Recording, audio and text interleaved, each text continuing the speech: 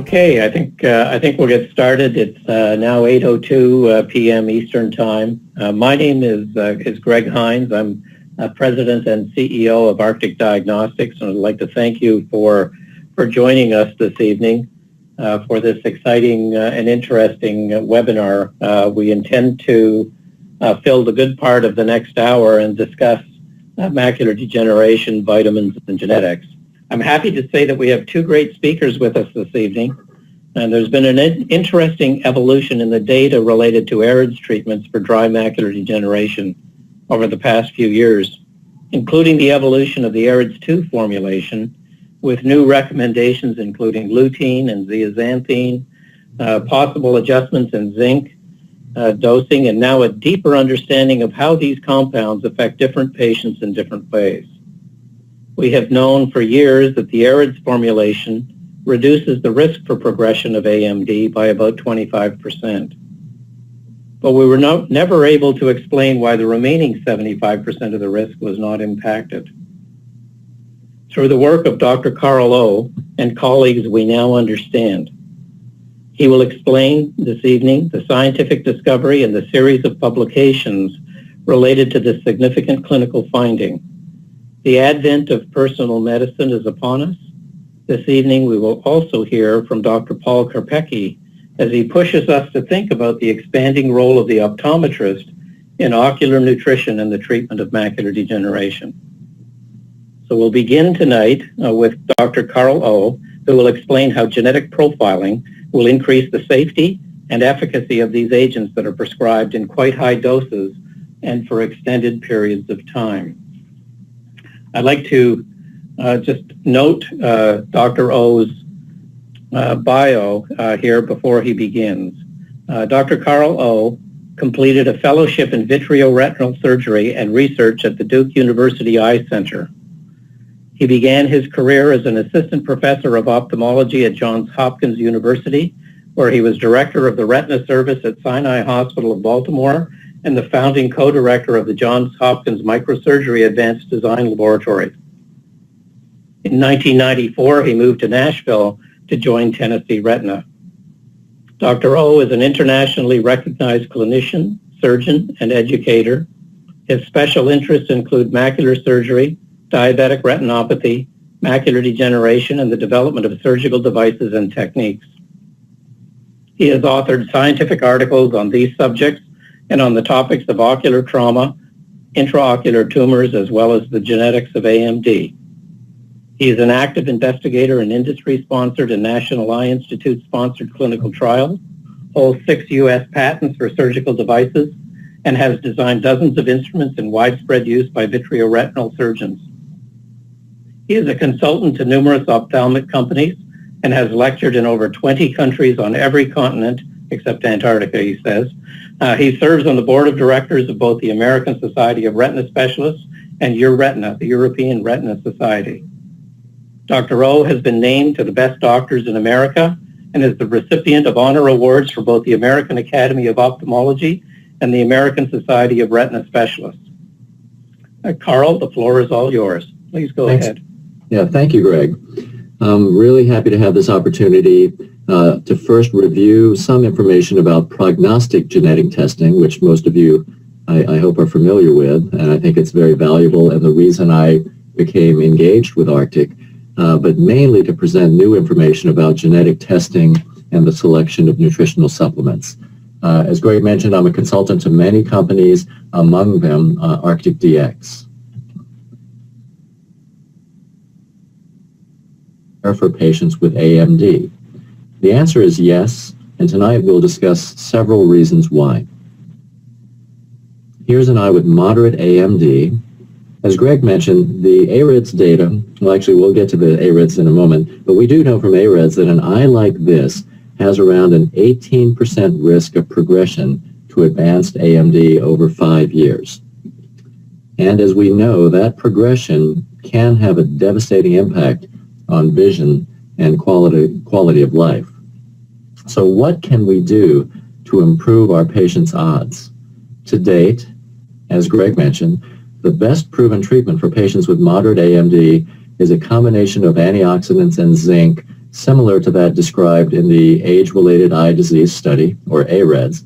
This was published almost 13 years ago, and it demonstrated an average 25% risk reduction compared to placebo. These findings, as we all know, have led to a large market for over-the-counter AREDS supplements, and more recently to AREDS 2 supplements. Unfortunately, the AREDS 2 formulation does not offer any major risk reduction compared to the original AREDS formulation, but these formulations are generally accepted as the recommended treatment for an eye like this.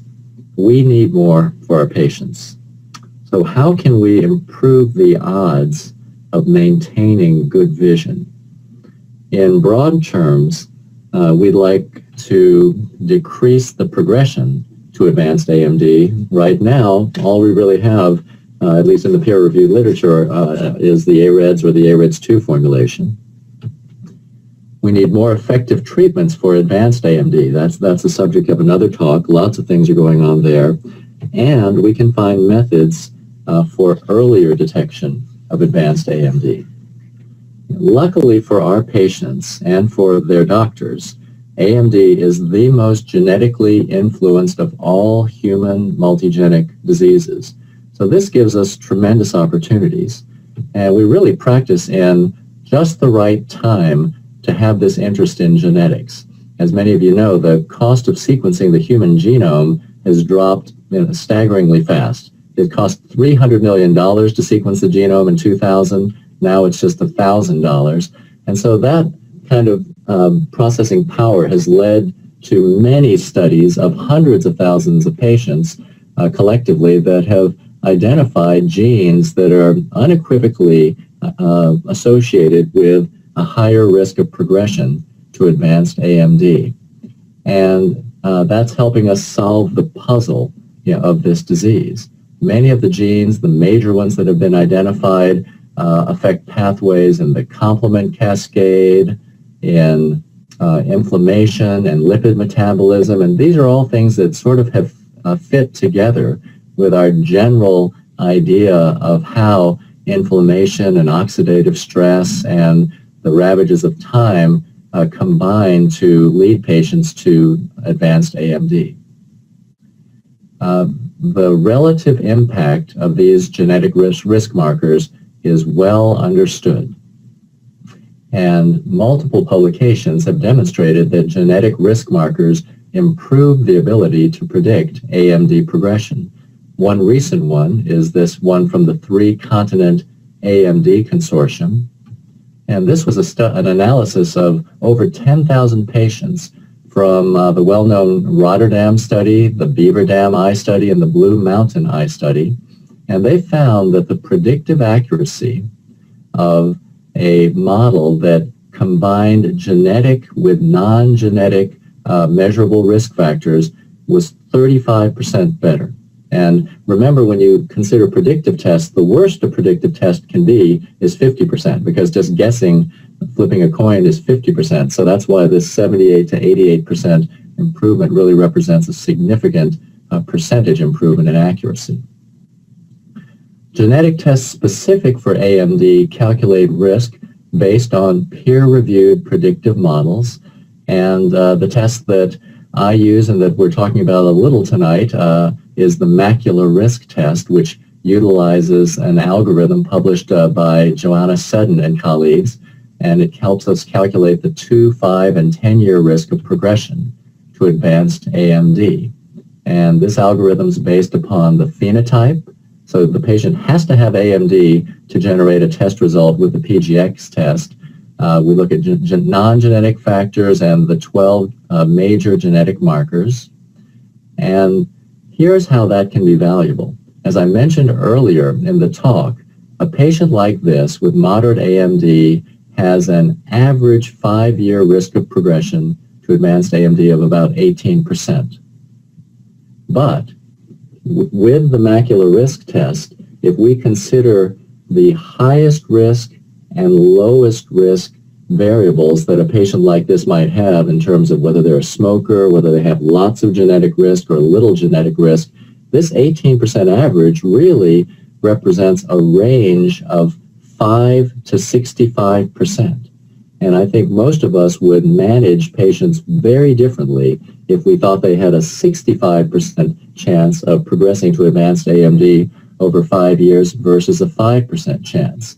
This graph shows the way that patients with different categories of AMD can actually have such a wide range of risk, shown here to the right, that these overlapping risk bars show that some patients with early AMD, if they have high enough risk factors, are more likely to progress than patients with than with intermediate AMD. So we actually might manage these patients very differently if we know this information. So a more accurate understanding of the risk of AMD progression benefits patients. I really think that's inarguable. This was an interesting study. It's actually from the Alzheimer's literature, but it showed that patients who knew they carried the genetic risk variant for Alzheimer's disease were more likely to use dietary supplements as a preventive measure against development of disease. That's a very nice parallel to what we try to achieve with our patients who are at risk for losing vision from AMD. Home potential hyperacuity monitoring with the 4C Home device has recently been shown in this study sponsored by AREDS2 and the NEI to be an effective way of identifying early progression to advanced AMD better than an Amsler grid. And I guess we all would consider more frequent clinical evaluations for higher risk patients. Here's a patient from my practice. This gentleman was in his 60s with 20/20 vision. I'd been following him annually for a long time. When genetic testing became available, we found that he was at extraordinarily high risk, and so I began seeing him more frequently. And the OCT on the right shows what happened at one of his visits when he came in asymptomatic with 20/20 vision with this occult choroidal neovascular membrane just superior to the fovea. You can see the subretinal fluid in the lower right image on the OCT. And we began treatment right away. He's maintained excellent vision. And I think we all would agree that his chances of having good vision after instituting treatment are much better because we caught this earlier. And this was a direct result of just modifying our exams scheduled. In this paper, which was an analysis of the MARINA data, this is one of the pivotal trials for Lucentis, we showed that baseline visual acuity was the most important predictor of 24-month visual acuity outcome. So catching early progression is critical. And in this study I mentioned earlier of the PHP device, the 4C Home, the authors state that persons at high risk for CNV benefit from the home monitoring strategy for earlier detection of CNV development, which increases the likelihood of better visual acuity results after intravitreal anti-VEGF therapy. So even though we don't have a magic pill to give our patients with higher AMD risk, changing the way we counsel them, seeing them more often, maybe a little more OCT testing is going to increase the percentage of patients who we catch early. We are going to ultimately save vision just by understanding their risk more. More accurate risk assessment leads to changes in management and patient behavior. Earlier detection leads to improved outcomes. So that's it right now for the prognostic part, because I would like to really focus on the nutrition. This is the second time I've given this talk. This is new information just presented about a week and a half ago at the annual meeting of the American Society of Retina Specialists. And this will be published, it's in press now in the journal Ophthalmology. The take-home message is this. I believe that patients with 2 CFH risk alleles and 0 ARMS2 risk alleles should not take the AREDS formulation. I will show you that patients in AREDS with this genotype did worse if treated with the AREDS formulation than with placebo. But first I'll discuss data from 2 prior publications. Last year, we published this paper. This was an analysis of 989 patients using AREDS data and AREDS DNA. This was a Cox regression analysis based upon the 4 AREDS treatment groups. There were about 250 patients per group. I'm going to skip the details of the analysis and go straight to these risk ratios. These were our major findings. We used these risk ratios to calculate progression rates for each of the 4 treatment groups. For example, here is the calculated AMD progression for the antioxidant treatment group as influenced by CFH and ARMS2 risk allele numbers. Patients can have either 0, 1, or 2 risk alleles in the way we measured genetic risk, so that makes for 9 combinations of risk allele number. So we calculated progression curves like this for each of the 4 treatment groups. In this figure, we see the superimposed projected outcomes for the 4 treatment groups.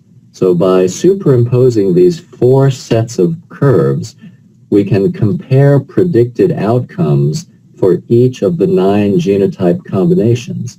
So for some genotype combinations, there's an obvious best or worst treatment.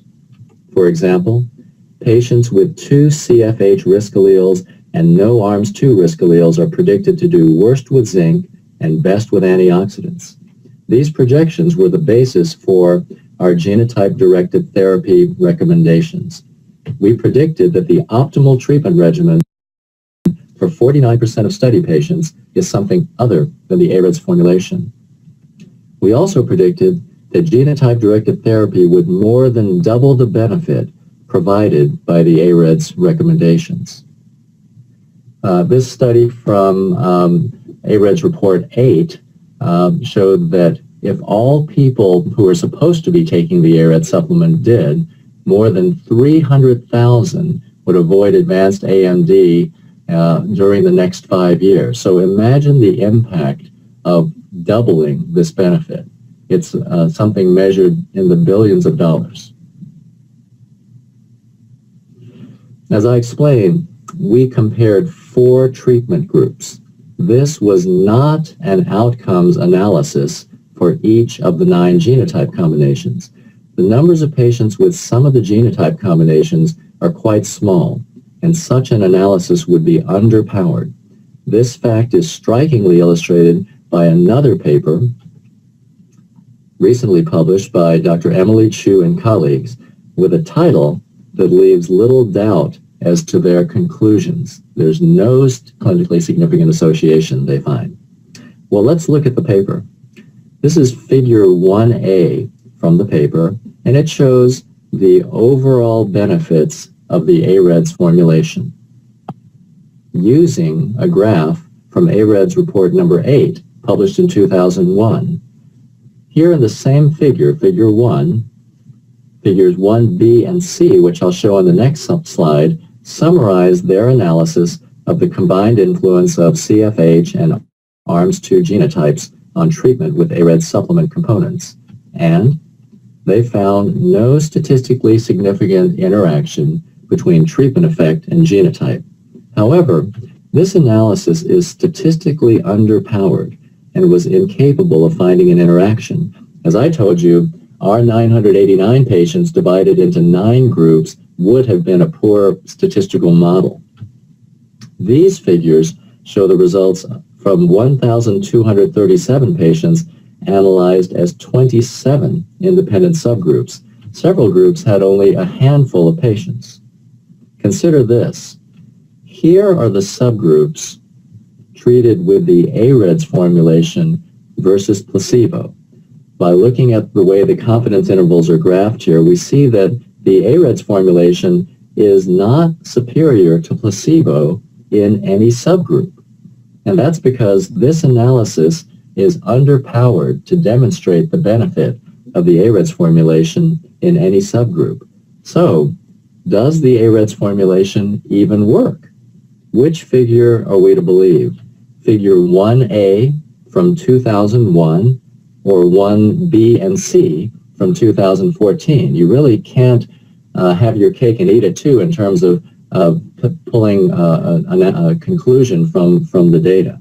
So therefore, although this title accurately describes their results, a more appropriate title might have been a method of analysis that fails to demonstrate a clinically significant association. So it's very different to failing to prove that something exists is very different from disproving it. And they have not disproved our model from our first paper.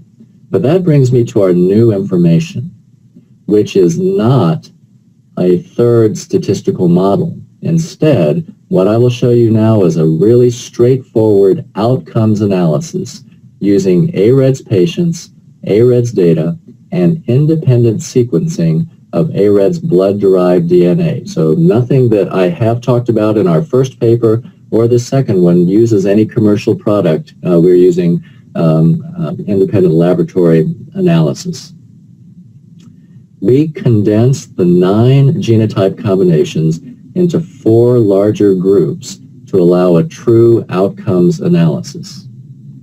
We defined 4 genotype groups based on the relative frequency of genetic risk alleles to allow balanced numbers in each group. This resulted in 4 distinct genotype groups with higher or lower CFH and ARMS2 risk. So now let's look at the actual 7-year outcomes as followed in AREDS of 2 of these groups. For patients with high ARMS2 and low CFH risk, in the lower left, outcomes were best with AREDS formulation or zinc. This graph shows progression rate over 7 years. So the higher curve means a greater progression. But for patients with high CFH and no ARMS2 risk, zinc and AREDS formulation had the opposite effect and were associated with worse outcomes than placebo. In this group, treatment with the AREDS formulation was associated with 40% 7-year progression compared to only 17% with placebo. Let's look at this, which we in our shorthand call the C2A0 genotype group, outcomes with a familiar statistical method, a Kaplan-Meier analysis, which also shows a statistically significant increase in progression with zinc or the AREDS formulation over 7 years. This combination of high CFH and no ARMS2 risk is not rare. This represented 13% of the patients in our study. And again, these were the actual outcomes of these 131 patients followed in AREDS. These are our genotype-directed therapy recommendations based on this outcomes analysis. So now we find that the optimal treatment for 65% of study patients was something other than the AREDS formulation.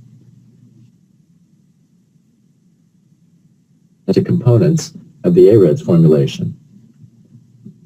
The biological features of CFH and ARMS2 genetic risk factors are consistent with an interaction with zinc and or antioxidants. CFH binds zinc, which can neutralize its ability to inhibit complement component C3b. Complement cascade proteins and zinc found in drusen are considered evidence of local inflammation in the pathogenesis of AMD. ARMS2 localizes to mitochondria, potentially affecting the interaction of antioxidants and free radicals.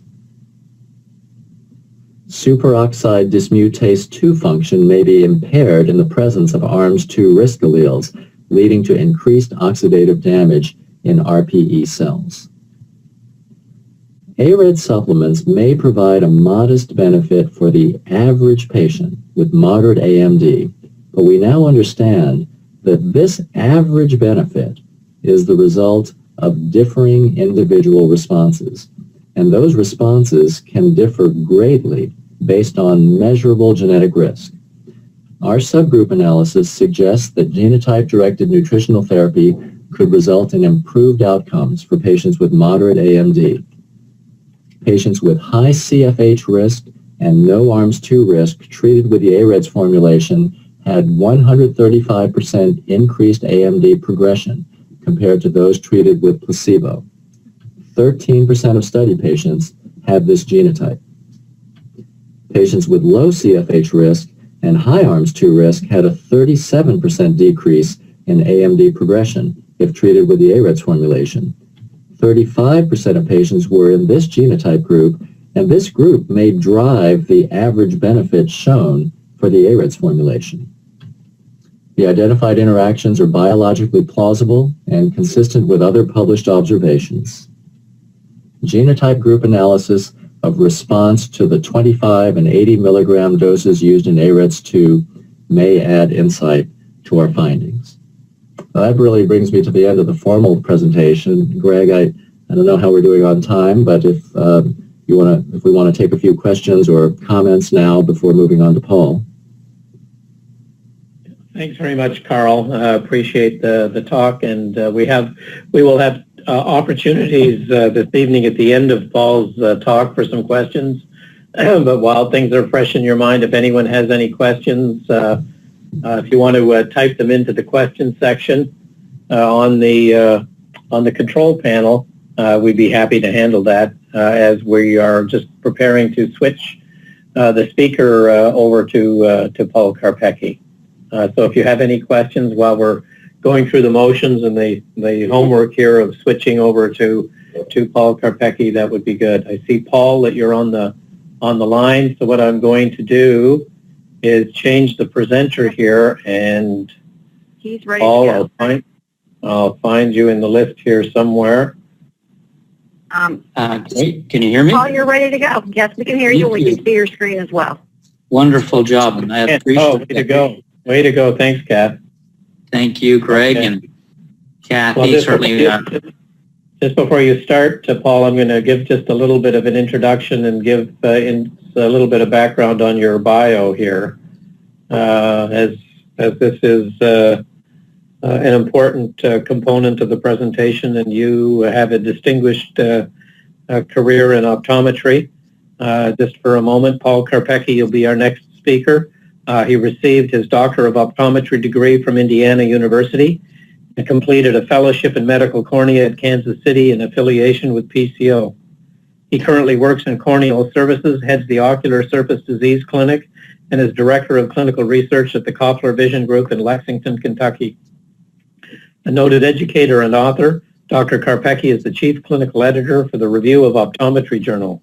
He is past President of the Optometric Council on Refractive Technology and serves on the board of the charitable organization Optometry Giving Site. Paul, welcome and thank you. The floor is yours. I don't see any questions yet. We'll expect that if you've got your questions and you want to type them in for those as we've just finished Carl's talk and go through Paul's, please type your questions in and we'll have an opportunity to answer them at the end. Thanks, Paul. Thank you, Greg. Wonderful introduction, and certainly as great. Hearing Dr. O's presentation, I've been fortunate to have known him for probably close to 12 or 14 years. So he's been a great leader, and certainly always looked to him as one of the true, experts in that field. And so his insight and his research is something that I really have always been impressed by and have always trusted. So it was great to see him coming through with this level of research. I'm going to take you through a little bit of really our role in optometry. And as far as the company, Arctic Diagnostics, they of course are based out of Toronto. I have a little background of that. I was born in North Bay, Ontario. That's my connection there, and I went to school in the States, in Indiana.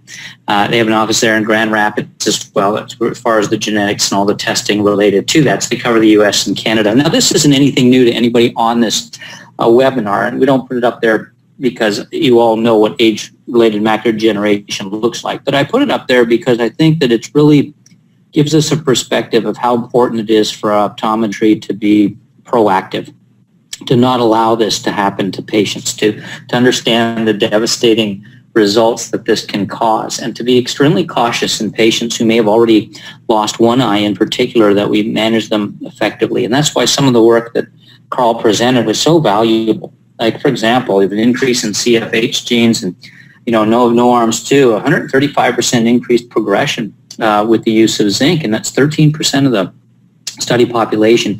So back to our old adage of doing no harm, we really have to look at these things and make sure we aren't doing any harm now that there's new capabilities that are at our hands to be able to do it, prevent our patients from what we see in this example. And this is an important slide because when I went to school, in the early 1990s and mid 1990s, we were taught pretty much that either had wet macular degeneration or dry.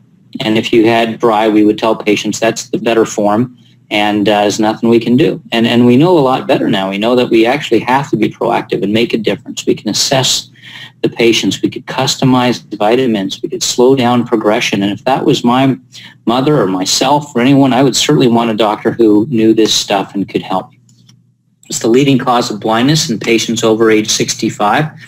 2 million new cases per year in the U.S. and Canada. Over 30 million in North America have macular degeneration, AREDS 2, 3, and 4. More than 7 million have intermediate levels. He talked a little bit about the importance of, the level as well and what it showed in over 10,000 boomers turn 65 every single day in North America, and that'll continue for about 20 years. Results in 600 new cases.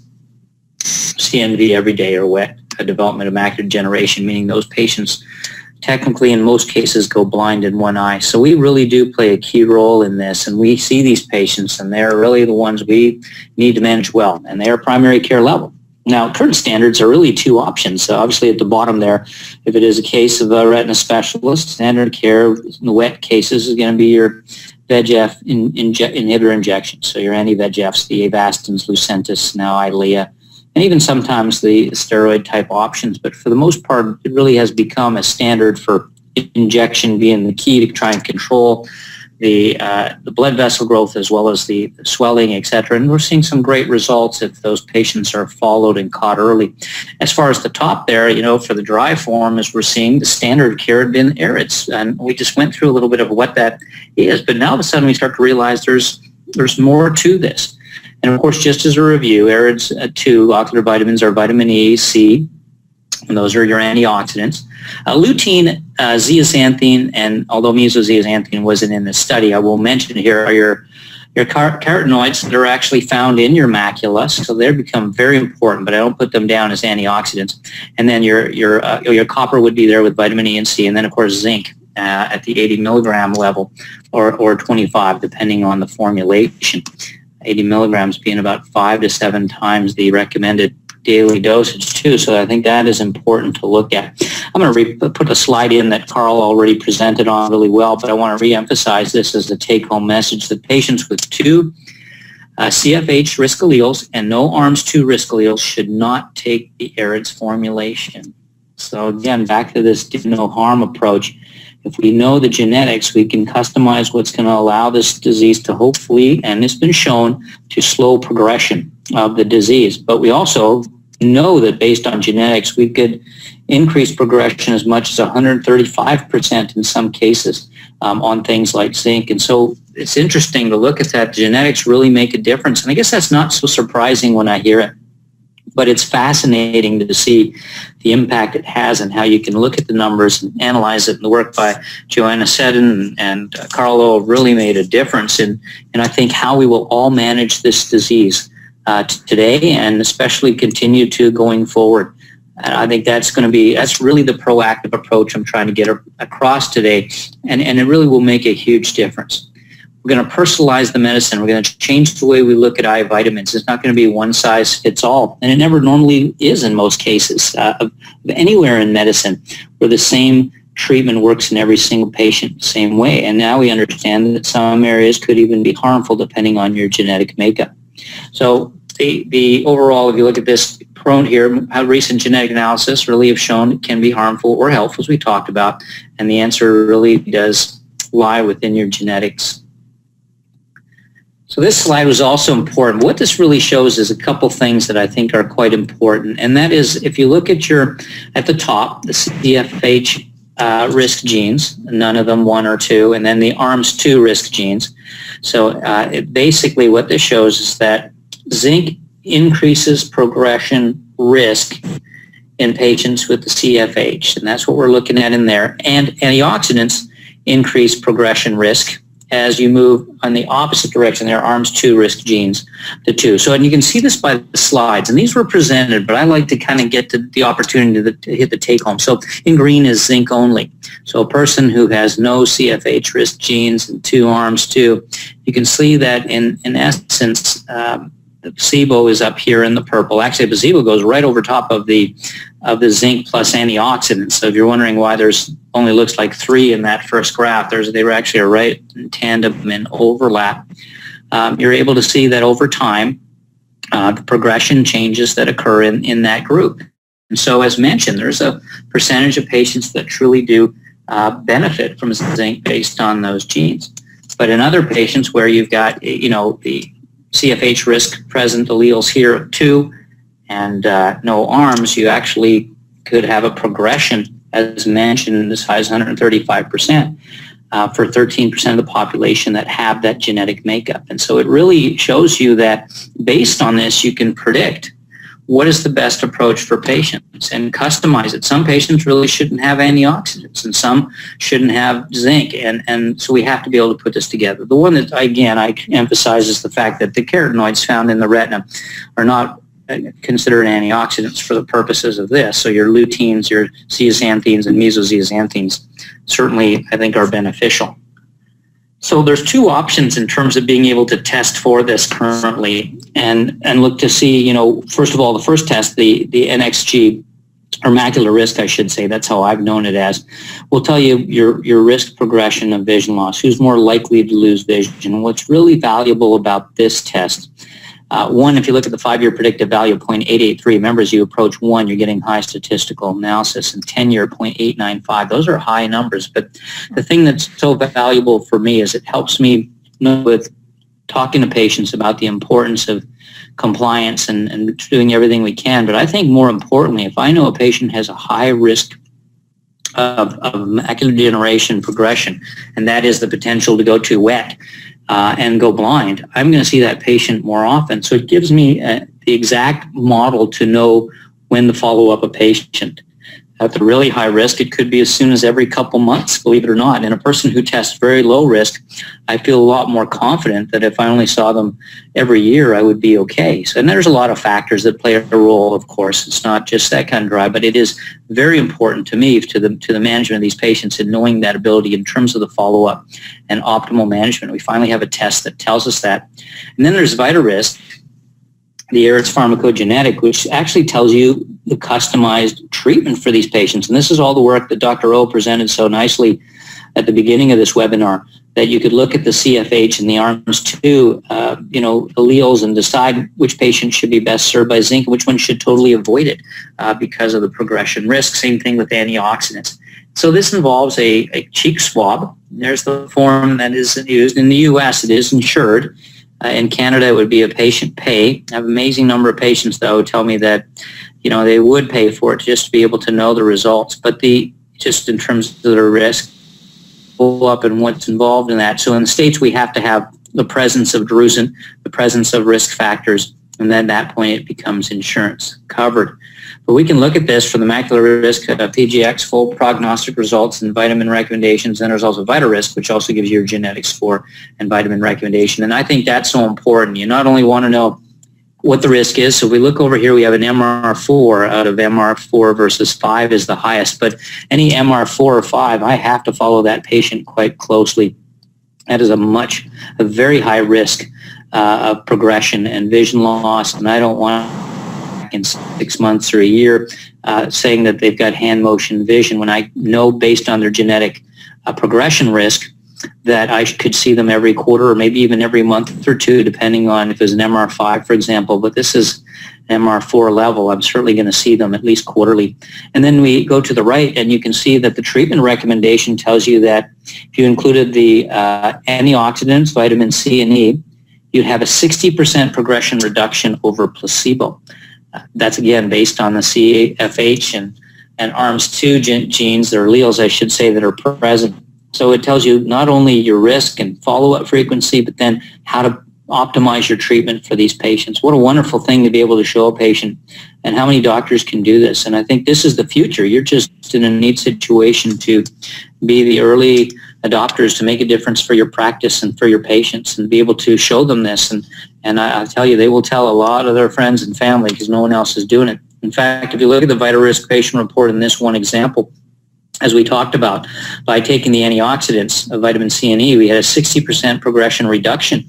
But if you look to the right of it, you actually had progression, not reduction, but progression or advancement or harm to the patient if they took zinc by the negative result there, -5% or whatever it may be. But it just shows you that in terms of the risk factors. Here's a patient who would be much better served not with an AREDS formula, certainly avoiding zinc, but with an antioxidant supplement. And I would still include the carotenoids in there because I just think that having lutein, having zeaxanthine, and having mesozeaxanthine, which are already present in your macula, I believe make a big difference. So I still include those in all my patient treatments, and we'll talk more about that. So here again is a report that goes through the genetic risk score.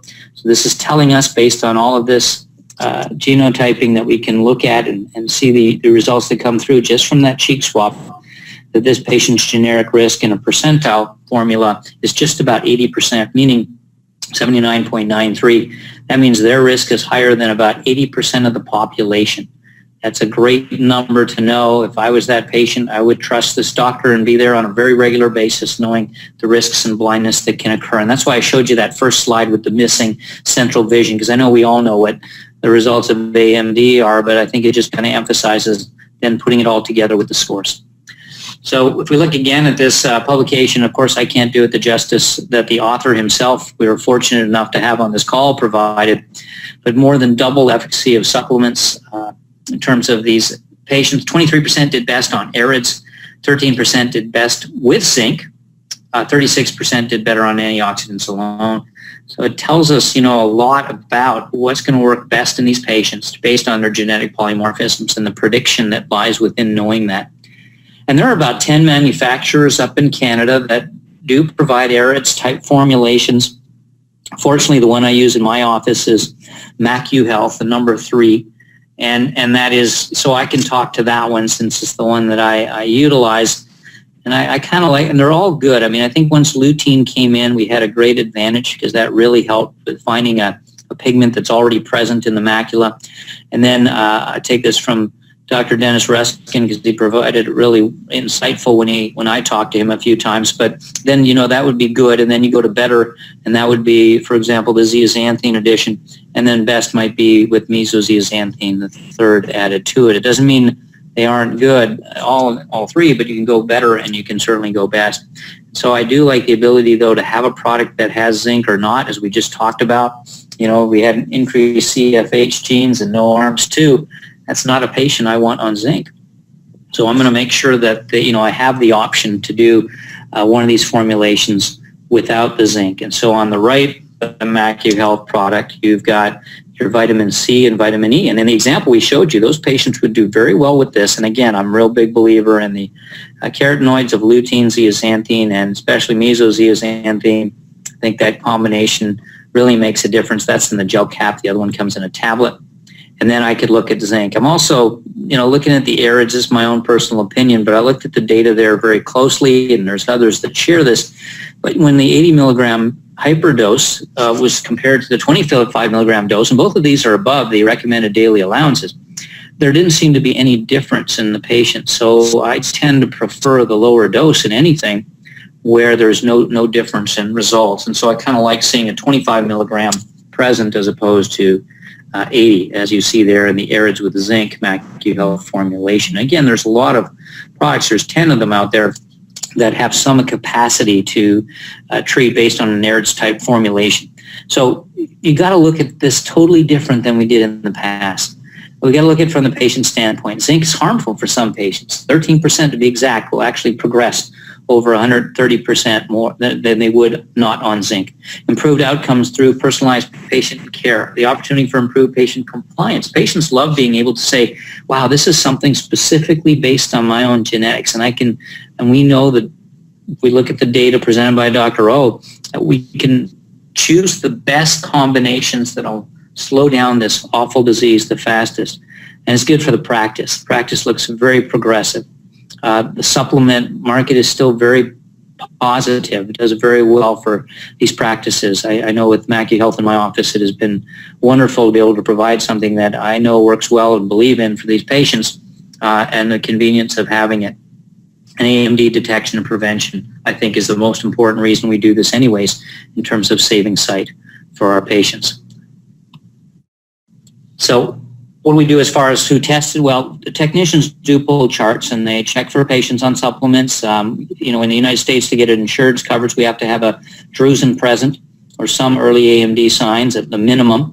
And then the cheek swab is conducted by the staff, sometimes even the patient. I usually have my technician do it. Then the doctor signs the test request form, reviews the report, and then based on the results, as you saw there, you can choose the supplements. It's a wonderful discussion when you have the patient in front of you and you can look at the data that's provided by VitaRisk and the Macular Risk, how often we need to see the patient, but also the VitaRisk, and say, this is the ideal treatments and here's what I'm recommending, and this we know based on this great research that's coming out is most likely to slow progression of this disease. And their patients do light up when you have that opportunity.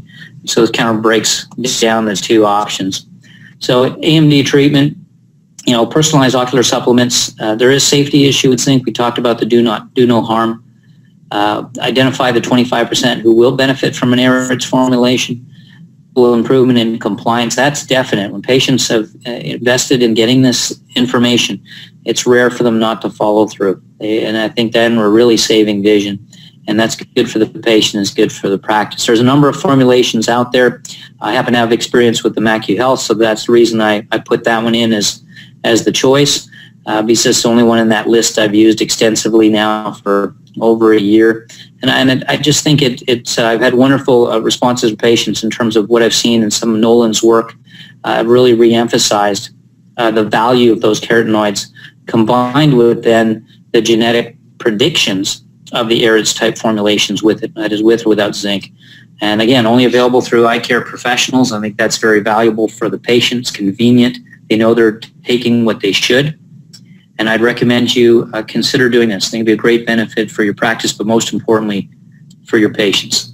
This is really the time optometry can, as a primary care practitioner, gatekeeper for eye care, can really make a difference in the lives of these patients. The patients that 20 years ago when I was in school, we were told, you're lucky you got the lesser of the macular degenerations. You got the good macular degeneration. Can we select things that can help? We can actually customize their treatment, use nutritional supplements, choose what we know is going to benefit the patient, and avoid some of the harmful ingredients that are fairly prognostic based on the genetic makeup of your patient. So with that, I think we will open it up now for question and answer. We're right at about the 10:02 time, which is what we were hoping to do. And if Carl is able to be on still, either one of us can answer any of your questions and would love to. That's great. Thanks very much, Paul. Greg Hines here again, and I've got my cursor on the control panel, and we do have quite a few questions. So I'm going to start with maybe one for you, Paul, and we have a series of questions that are related around the MacuHealth product that you're using. And the question I think that seems to pop up is, according to Carl's data, there are patients that do very well on zinc. And for those patients, would you recommend the carotenoids along with zinc? MacuHealth, for example, in terms of the lutein zeaxanthine and mesozeaxanthine.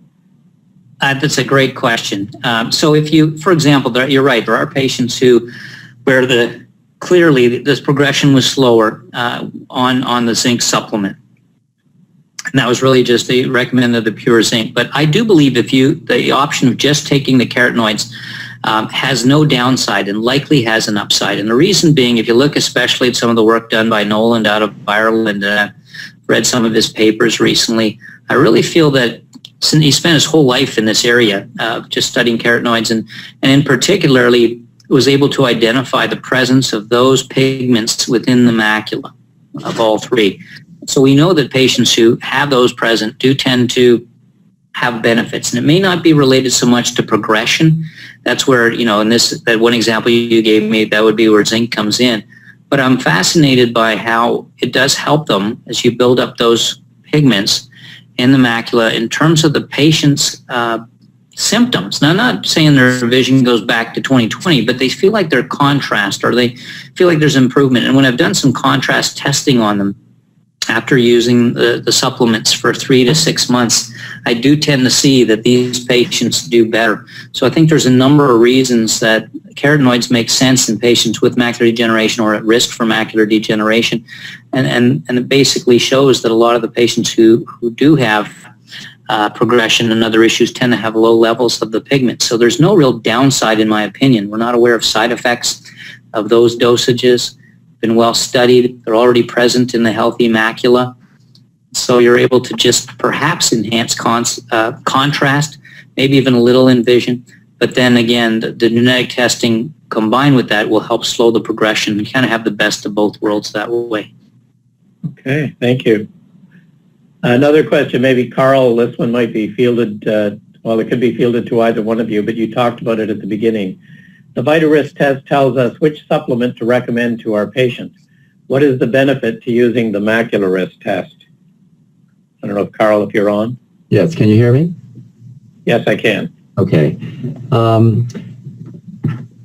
There are two main types of patients I now find I use this test. So for patients with moderate AMD who have not yet developed advanced disease, it's important to understand what supplement to recommend for them, but it also is important to understand which patients are at higher risk.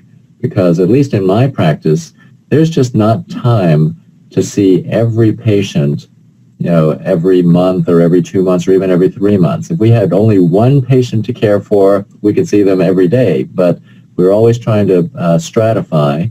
And so that allows me to identify the highest risk group of patients, and those are the ones who I will see more frequently and perhaps co-manage with their primary eye care provider. So we're sharing visits. They might not have to see me that often, but at least that higher risk patient knows us. They know where our office is. They sort of are ready to be plugged into our AMD. So I think that's the biggest reason, is understanding the patients you're going to see more frequently. And as some of the data suggested earlier, patients who know they are at higher risk are more likely to be compliant. Human behavior is just really influenced by understanding risk. That's why we have warnings about that make people wear their seatbelts more or stop smoking more. When you understand that something bad might happen to you if you're in a certain group, it changes behavior. So that's a very valuable thing for this test. That's really well said. I'll just echo it one other area because I couldn't answer it better than that. But even for some of your equipment like OCT, if you happen to have that, but if not, just for checking the macula, as mentioned, there's medical necessity of when to utilize that in macular degeneration patients, and should I do it every time? And again, as mentioned, the macular risk tells me not only the frequency, and I like the idea of co-managing with the retina specialist because then they know where to go should we see any signs of progression or wet development, but also that justifies the OCT testing a little more frequent than it would on a person who had a very low risk, like an MR1 or 2. I'm much more likely to do those tests on the higher risk patients. Can I maybe just expand and cover a couple of questions that we've got here? We know that vitamin C and vitamin E are antioxidants. Are there other antioxidants that you might comment on that you might use as well? Or can you comment maybe even on fish oil, as the results were unequivocal in the AREDS 2 study? Either Carl or Paul. I'm happy to address that first and then turn it over to Paul. As doctors, we're always making decisions with imperfect data. And so our publication and the one that is coming out really is based solely on an analysis of AREDS data. And so in AREDS, the antioxidants were considered vitamins A, C, and E, plus 80 milligrams of zinc.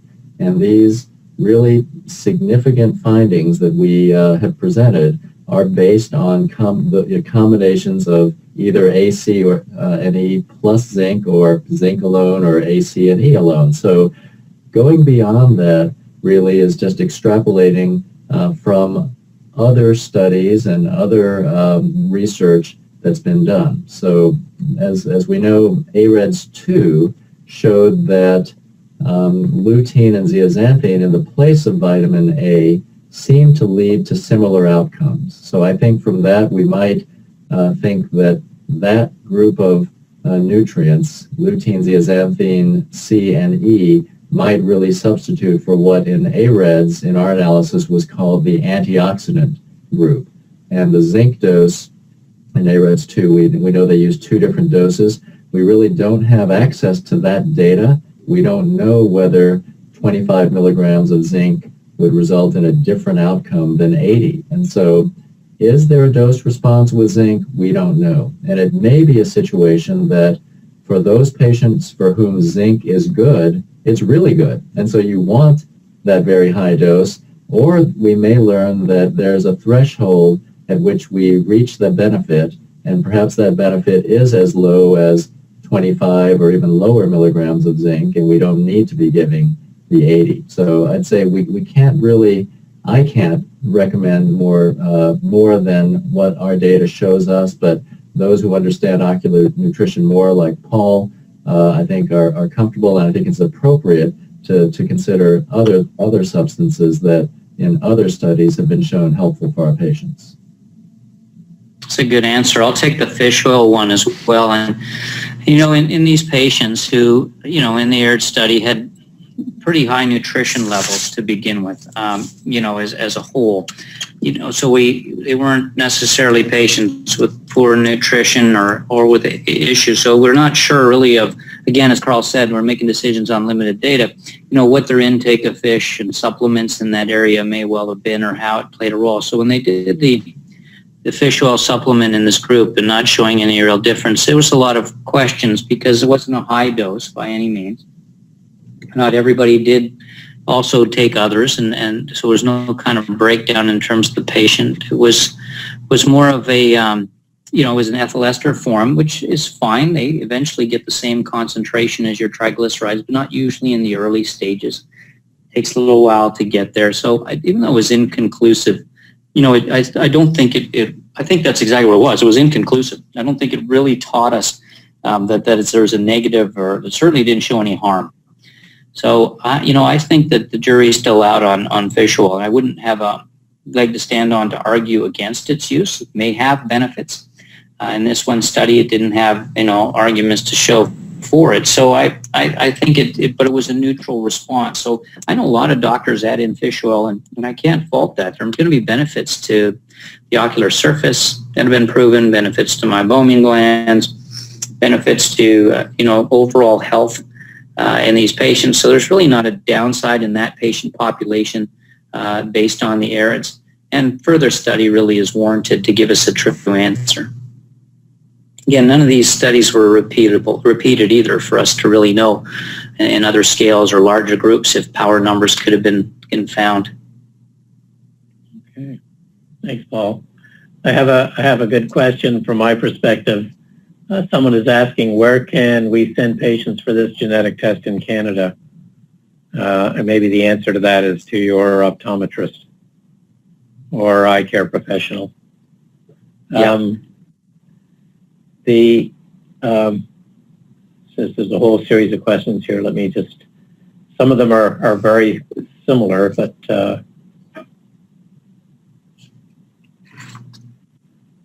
sorry here, I'm trying to get through them here. How can practitioners get nutritional supplements into their practices to comply with the recommendations of the test? I can take that one. Okay. Yeah, so I think that fortunately most of the manufacturers in that list of 10 that was provided, and I thank Greg for that because I didn't know all of the manufacturers in Canada, so I had to get his help, and that was a valuable chart. But almost all of them are kind of aware of the zinc, non-zinc, at least in that group for the most part, not everyone there, but most, so that they are starting to base formulations on some of this information that Dr. Said and Dr. O and others are providing. And so you're seeing that. And MagHealth had both versions.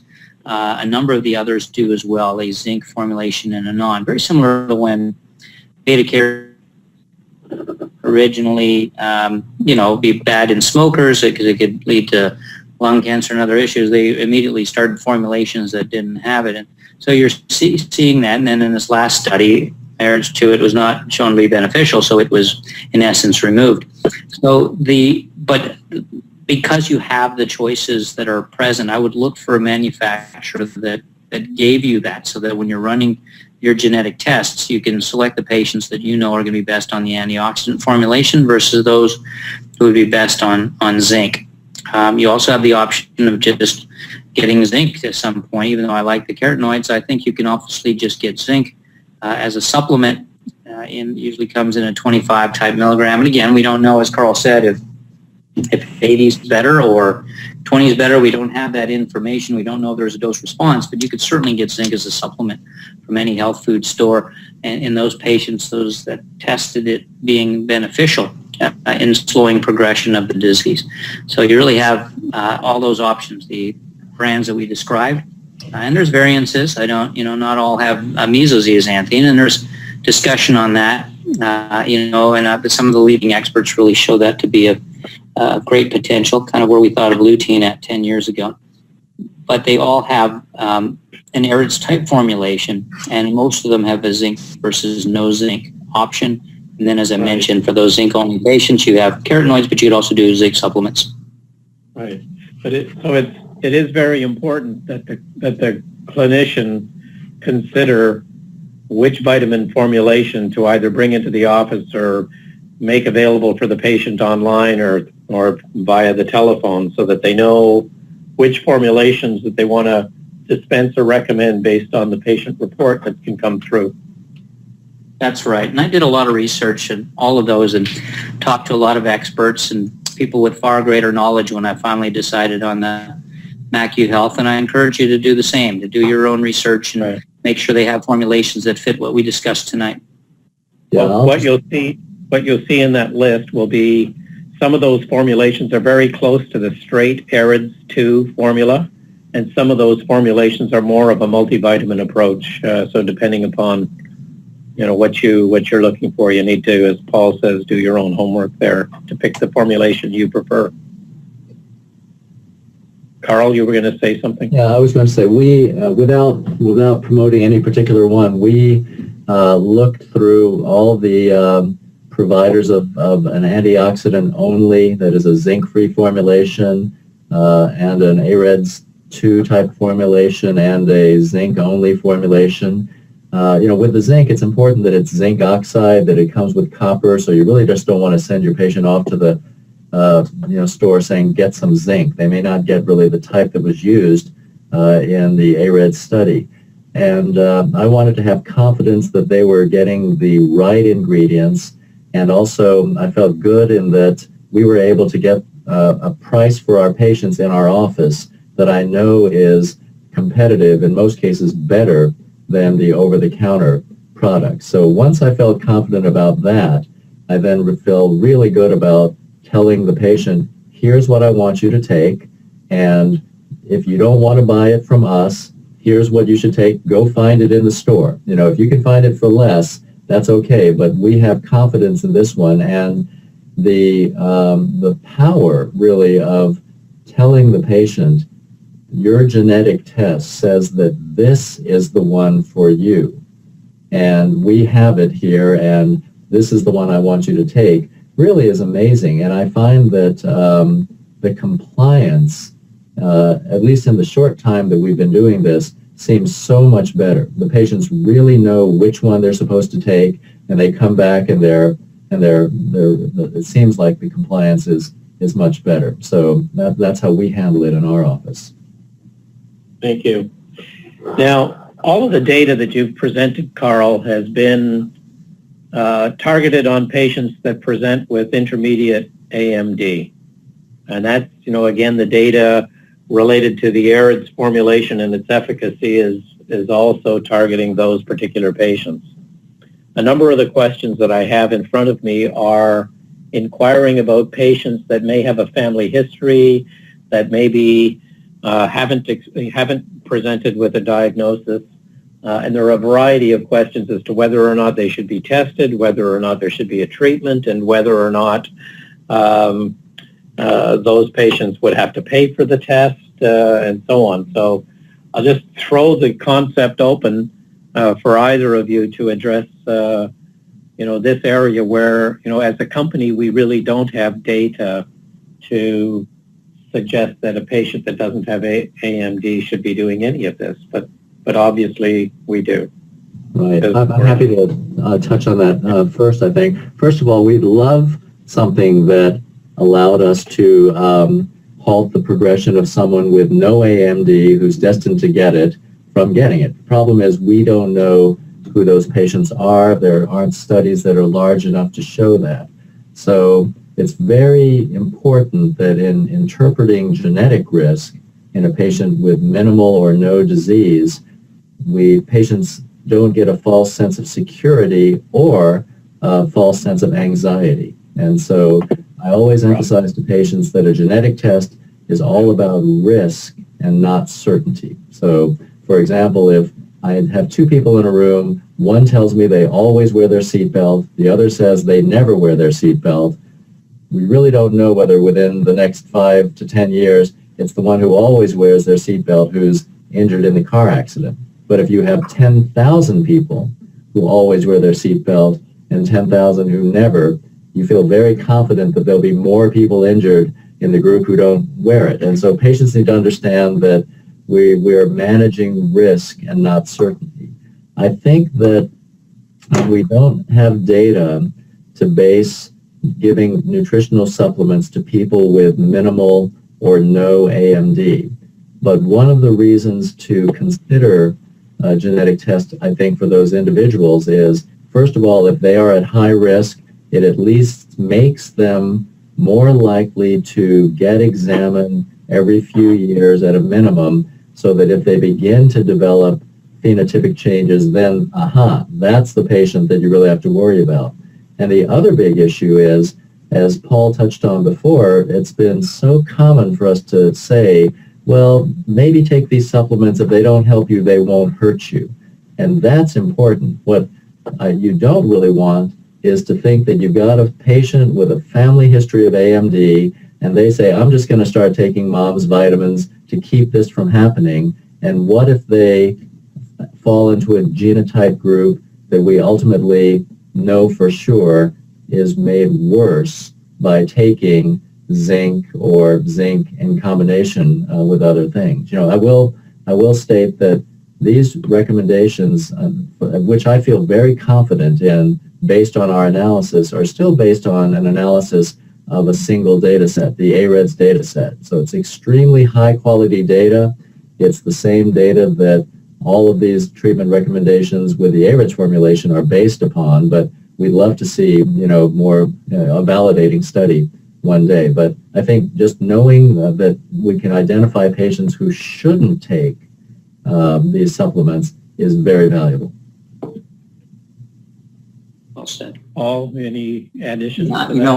I can't. I have patients who, there are many patients we all have who have a family member, a parent in particular, who has gone blind from macular degeneration. So they do have they're very hypersensitive to it or vigilant on themselves. And so many will at a younger age and not show any signs want to know what their risk is. And of course, that's not covered by insurance in the U.S., but they would pay. But it is, I don't have any problem with that. I think sometimes it's great to know your genetic breakdown and your risk. But as Carl said, it's just kind of a guideline and gives you ideas. It may, if I had a high-risk patient, MR4, for example, I would probably want to, start seeing that patient a little more often and maybe give them an Amsler a little sooner than I would, even though that's not the most sensitive. It just seems like we're being proactive, and the patients really do prefer that.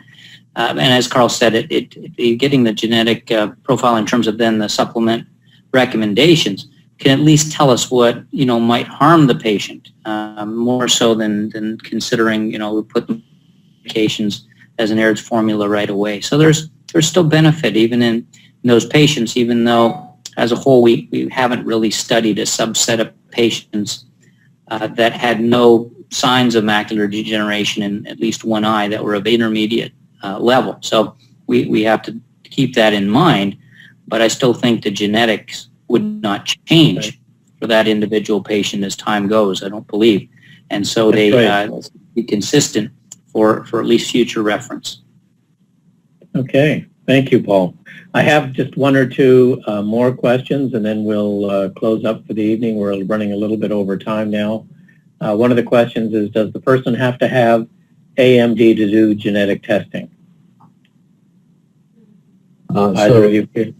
Yes, so you don't have to do it. Of course, there's a reimbursement question, which I think Greg has touched on earlier, Paul did. And so in the U.S., you have to have AMD for insurance to cover the test. But if a patient really wants to have the test and wants to pay, that's different. And in Canada, I don't know the payment model. I think it's all patient pay.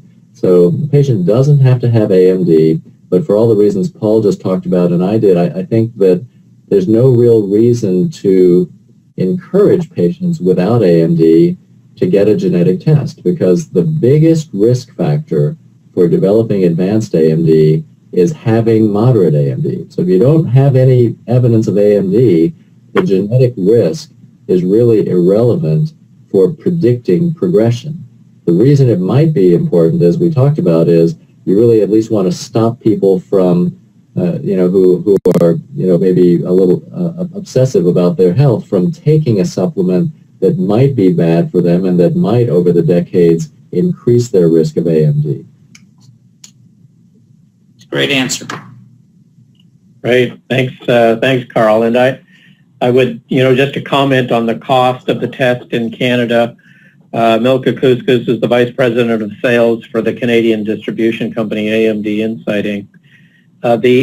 The maximum price to the doctor for the patient for VitaRisk testing is, I believe, $199, and for the full comprehensive macular risk test with the prognosis and the vitamin indication is $299, and I believe the prices go down from there depending upon the number of patients you're testing. So I know Milka will be around to address those kinds of commercial questions with any and all of you in Canada. And there, I'm just kind of scrolling through, and I think we've covered most of the questions. There's so many questions here, but they seem to be overlapping. One question about Medicare covering the test in the United States. At the present time, Medicare is reviewing coverage of all genetic tests, including macular risk and VitaRisk. But in the interim, the company is guaranteeing the insured service, so that the patient, that's a Medicare patient that has a diagnosis of macular degeneration, is covered with no co-pays and no deductibles. So the Medicare patient is covered in the United States. I don't know if there are any other last questions. I think we've covered the bulk of them. So it is now 9:16 p.m. and most of our audience is still on the line, and I thank you very much for your enduring interest this evening. And I would appreciate and thank as well Dr. Carl O. and Dr. Paul Karpecki for their excellent presentations and their responses to your questions. And I bid you all farewell and good night, and thank you very much. Thanks, Paul, and thanks, Carl. Thank you, Greg, and thank you, Paul. Good night. Good night, all.